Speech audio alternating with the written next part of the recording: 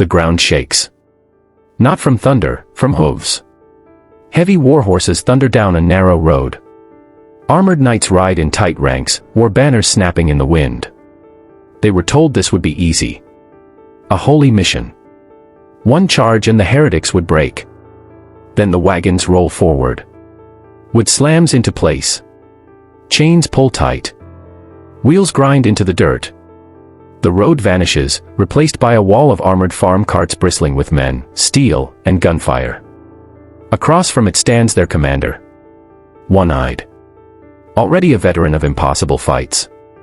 Jan Žižka. The Crusader cavalry surges toward him, and rides straight into a trap no army in Europe has ever faced before. This is where an empire's confidence shatters. This is where warfare changes forever. Before armies marched.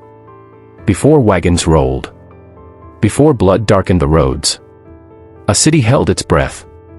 Prague. The same church bells that once called people to prayer now summoned fear. Bohemia was already boiling. By the late 1300s, people were not exhausted by war, but by the church. They paid indulgences to buy forgiveness. They listened to sermons in Latin they could not understand. They watched bishops grow rich while famine spread. Faith had become a tax. Then came Jan Hus, a Prague priest who preached in Czech at Bethlehem Chapel. He attacked church corruption. He said salvation did not belong to golden thrones, but to ordinary believers. Crowds packed the chapel. Power felt threatened. In 1415, Hus was summoned to the Council of Constance. Emperor Sigismund issued him a letter of safe passage, a sacred medieval guarantee. It was broken.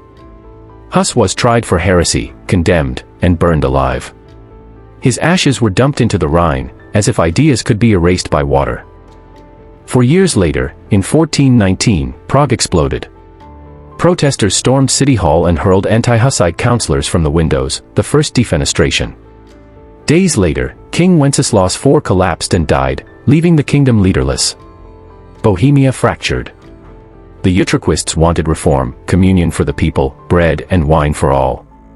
The Taborites wanted revelation, a new godly society, cleansed by fire and war. And into that storm stepped Jan Žižka. Jan Žižka was not born a lord. He was born into violence. He was a mercenary who had already lost his left eye long before the Hussite uprising ever began. When Prague revolted in 1419, he led the Taborites. His army wasn't knights, it was farmers, blacksmiths, and townspeople. They had no castles. All they had were their wagons. So Zizka turned those wagons into a moving fortress. He chained them together, added wooden walls with firing holes, and filled them with crossbows, flails, and early guns. This was the Wagenburg. Sigismund, now claiming the Bohemian crown, could not tolerate this rebellion.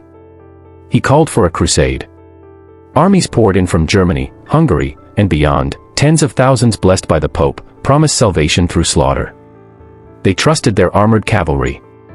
They believed God rode with them. In March of 1420, Zizka was escorting a Hussite column through open countryside. About 400 people, fighters, followers, and supplies, moving toward safety. Behind them, the horizon glimmered with steel. 2,000 Crusader cavalry were closing in. The elite of Europe. Professional killers on massive war horses. Men trained to smash anything that stood in their path.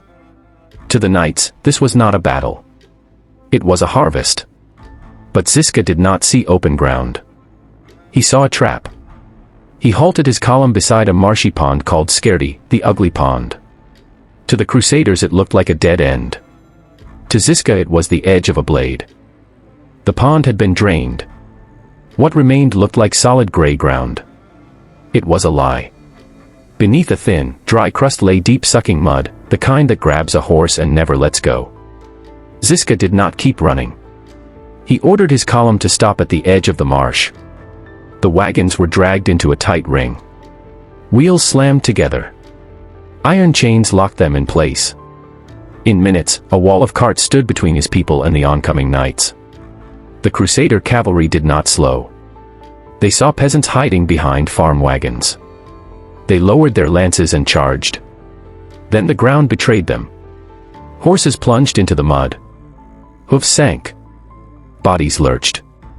What had been a thunderous charge became a choking, tangled mass of men and animals, stuck fast and unable to turn.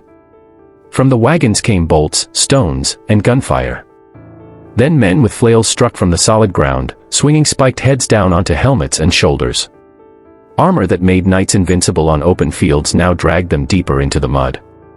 The Crusaders could not maneuver. They could not retreat.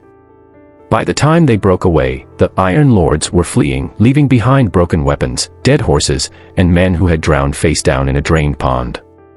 Weeks later, Sigismund returned with a crusading army to crush Prague itself. The key was Vítkov Hill. Zizka held the narrow ridge with a handful of defenders and 2 small wooden forts. Crusaders stormed the slope again and again, forcing their way up through vineyards and trenches. At the breaking point, Zizka counterattacked. His men surged downhill into the packed Crusader ranks. There was no room to fight. No room to flee. Panic tore through the attackers, and men were driven off the slopes as the whole assault collapsed. Prague was saved. The hill would later be called Žižkov. Zizka did not just outthink his enemies. He out-engineered them. His armies carried what they called the Arsenal of God, a strange new weapon called the pistola, a small hand cannon that spat fire and smoke. Its name meant whistle. Centuries later, the world would still use a word born on Hussite wagons. Pistol. Then came the Haufnice. A short-barreled field gun designed to fire scrap metal and shot into dense formations, Haufs, or crowds. From this ugly, brutal weapon came a word still used today. Howitzer. And if a knight reached the wagons, he met the war flail, a farmer's tool turned into a weapon. A long wooden shaft with a spiked iron head on a chain. It didn't glance off armor. It wrapped, crushed, and dragged men out of their saddles. Steel meant nothing once you were on the ground. At the siege of Robbie 1421, a stray arrow, or perhaps a splinter of wood, struck Zizka's only good eye. The world went dark. His men froze. In the 1400s, a blind commander was a dead man walking. They expected him to surrender his mace and go home. But Zizka didn't quit.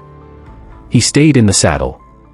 He began to see the battlefield through the voices of his scouts.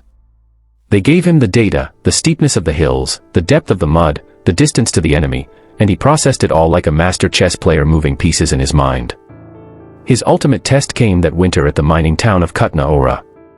Zizka was camped outside the walls, unaware that the townspeople had switched sides. At midnight, they opened the gates to the emperor's grand army. Suddenly, Zizka was trapped. Behind him was a city of traitors, in front of him was a wall of thousands of elite knights. He was surrounded, freezing, and stuck in the dark. The Crusaders didn't even bother attacking, they just sat by their fires, waiting for the sun to come up so they could execute him. In the middle of a howling snowstorm, the Crusaders heard a terrifying sound, the heavy groaning of wooden wheels and the clinking of iron chains. Zizka had lined up his war wagons into a massive, rolling column. He didn't try to sneak away. He ordered a charge. The wagons rolled forward, cannons blasting fire and iron at point-blank range. Crusaders scattered in shock as this moving wall of wood and gunpowder tore straight through their lines. By sunrise, Zizka was gone, and the Crusader army was split apart, bleeding and confused. In January 1422, he came back. Sigismund's army fled toward the town of Nemeki Brod, hoping the Sazava River would shield them. Winter had frozen it into a sheet of white. To the Crusaders, it looked like an escape. To Zizka, it was a trap. They crowded onto the ice, horses and men packed together in panic. The weight became too much. The frozen surface cracked. Then it collapsed. Knights, horses, and armor plunged into black, freezing water. Steel dragged them under. Ice closed over their heads. Those who didn't drown were crushed by falling bodies and shifting slabs.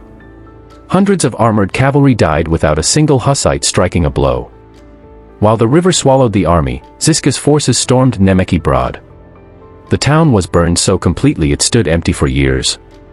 Sigismund fled into the mountains, abandoning his supplies, his treasure, and his claim to Bohemia. After defeating the emperors, Zizka faced his darkest enemy. His own side. the Hussites were never one army. They were a fragile alliance of moderates and radicals, held together only by a common foe. When the Crusaders were beaten back, old tensions exploded.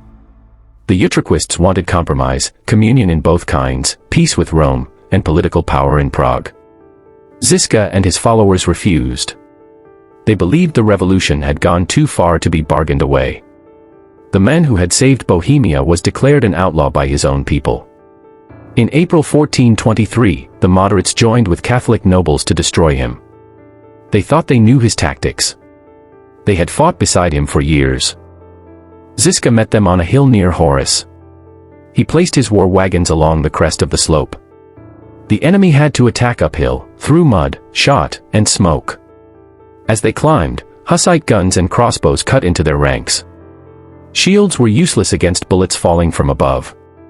When the attackers reached the midpoint, exhausted and bleeding, Zizka ordered the counterattack. His infantry surged downhill from behind the wagons, smashing into a force that had already been broken by fire. The moderates did not just retreat. They collapsed. By October 1424, Jan Žižka was a nightmare that the Catholic Church couldn't wake up from. While marching toward the town of Přibyslav, he fell ill. Chroniclers called it a pestilence. Modern doctors think it was a massive infected boil, a carbuncle that poisoned his blood. On October 11, 1424, the blind general died in his tent, surrounded by his toughest soldiers. When the news of his death hit the camp, the army didn't just mourn, they broke. To his men, Zizka was not just a commander.